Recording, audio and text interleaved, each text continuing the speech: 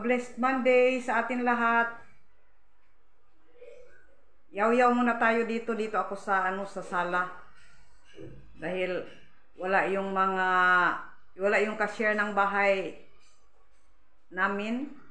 Nag-shopping sila for an Eid shopping dahil malapit na matapos ang Ramadan. After matapos ang Ramadan, Eid na, yung parang Pasko ba sa atin.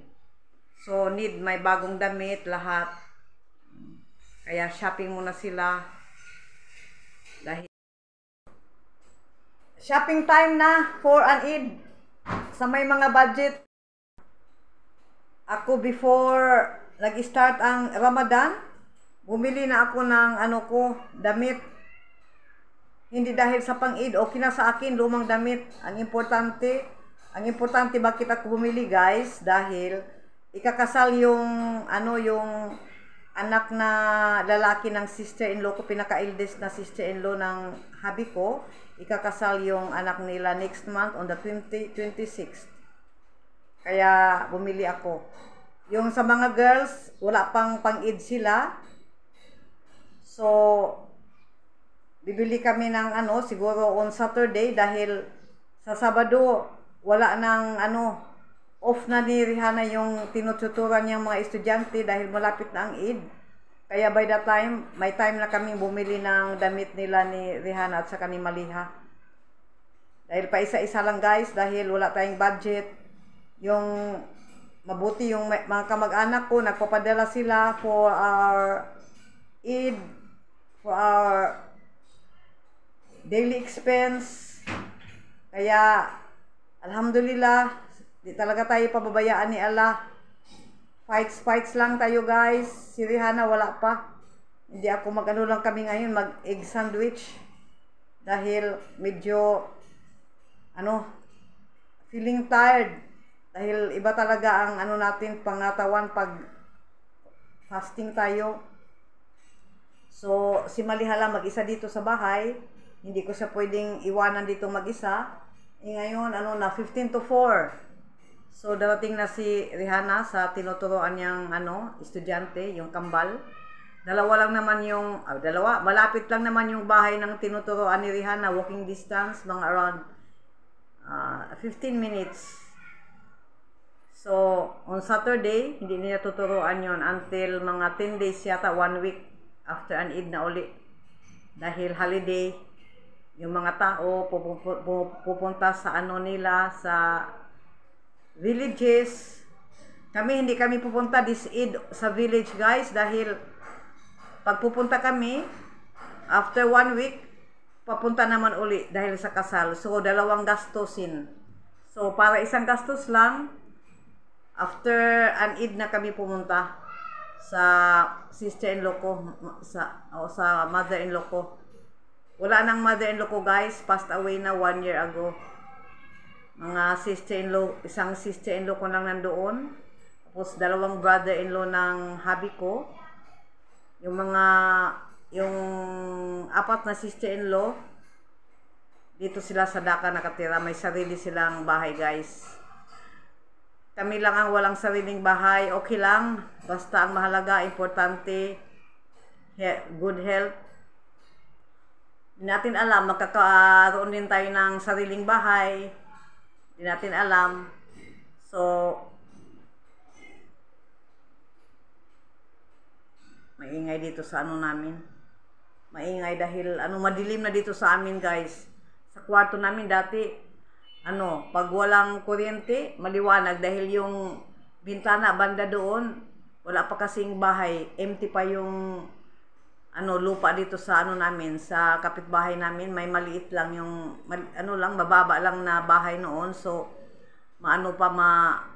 sikat ng araw, masisilayan pa yung bintana.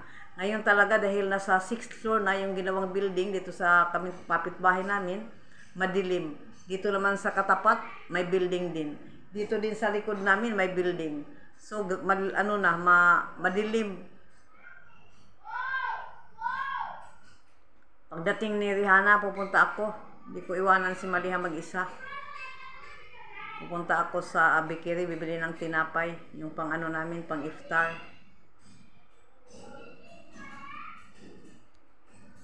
living room ito dito, guys. Occupied ng cashier namin. May isang bed dahil dito natutulog yung dalaga nila. Doon naman sa bedroom yung mag-asawa.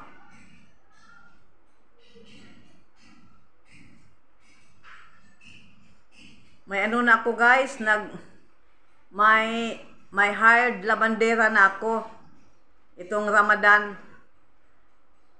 Thank you, Maliha. Shout out, Bunso. Si Bunso ko ang labandera. Nung isang araw, grabing nilabhan niya dahil naiipon yung damit ko. Dahil pag nagising kami, medyo late na dahil wala kaming tulog, magdamag. Itong makasamahan namin sa bahay, reading Quran sila. So, sa umaga, minsan 12 na makagising, minsan 1 dahil 5:30 na nagtutulog kami uli after prayer.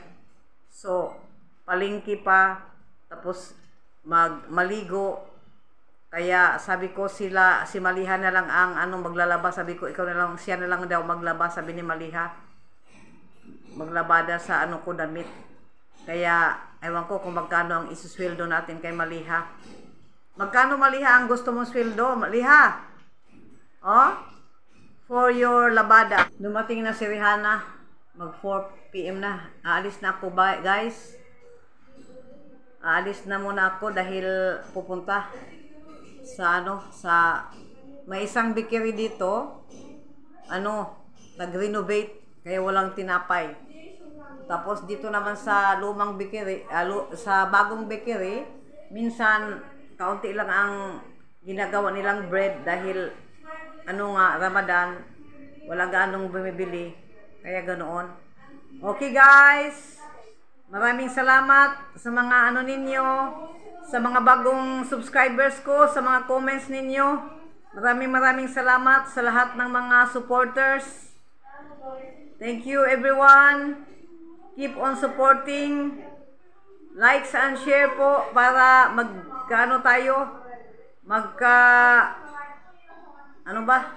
magkasahod ng maayos. Okay. Today, guys, is our 21st Ramadan. So, dahil kapoy ang lawas. Kaya yung food lang namin nung the other day, nagluto ako ng pulaw rice. May nilagay ko sa freezer. Ininit ko. Tapos lang kami, egg sandwich for our 21st iftar. Alhamdulillah for the foods.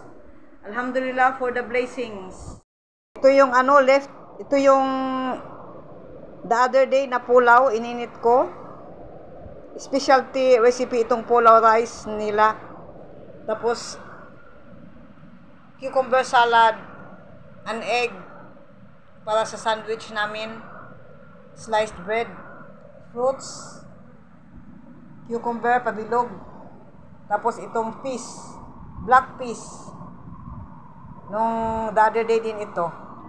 You're the night sky trying to make me see